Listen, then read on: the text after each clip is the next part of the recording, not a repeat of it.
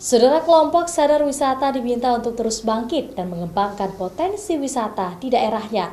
Selain itu, penguasaan bahasa asing juga perlu dibekali bagi para pelaku pariwisata. 59 menit. 59. Kepala Dinas Kebudayaan dan Pariwisata Aceh Almuniza Kamal meminta pelaku pariwisata di Banda Aceh dan Aceh Besar untuk terus mengembangkan potensi wisata di daerahnya agar lebih dikenal oleh wisatawan. Selain itu, pembekalan bahasa asing baik Inggris maupun Mandarin dianggap perlu dilakukan. Bahasa asing saat ini dianggap hal yang paling dasar harus dikuasai bagi pelaku pariwisata, karena dapat mendukung proses promosi destinasi wisata hingga ke daerah lain di Indonesia maupun mancanegara. Dan saya meminta kepada teman-teman juga untuk terus meningkatkan kompetensi dalam bentuk bahasa.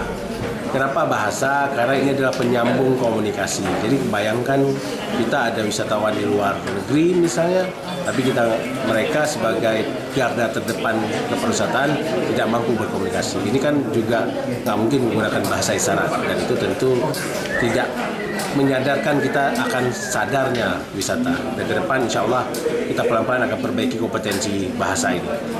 Pelatihan peningkatan kapasitas kelompok sadar wisata yang diselenggarakan oleh Dinas Pariwisata Provinsi Aceh diharapkan mampu menjadi awal kebangkitan pelaku wisata dan destinasi wisata setelah pandemi. Syahril, Kompas TV, Banda Aceh.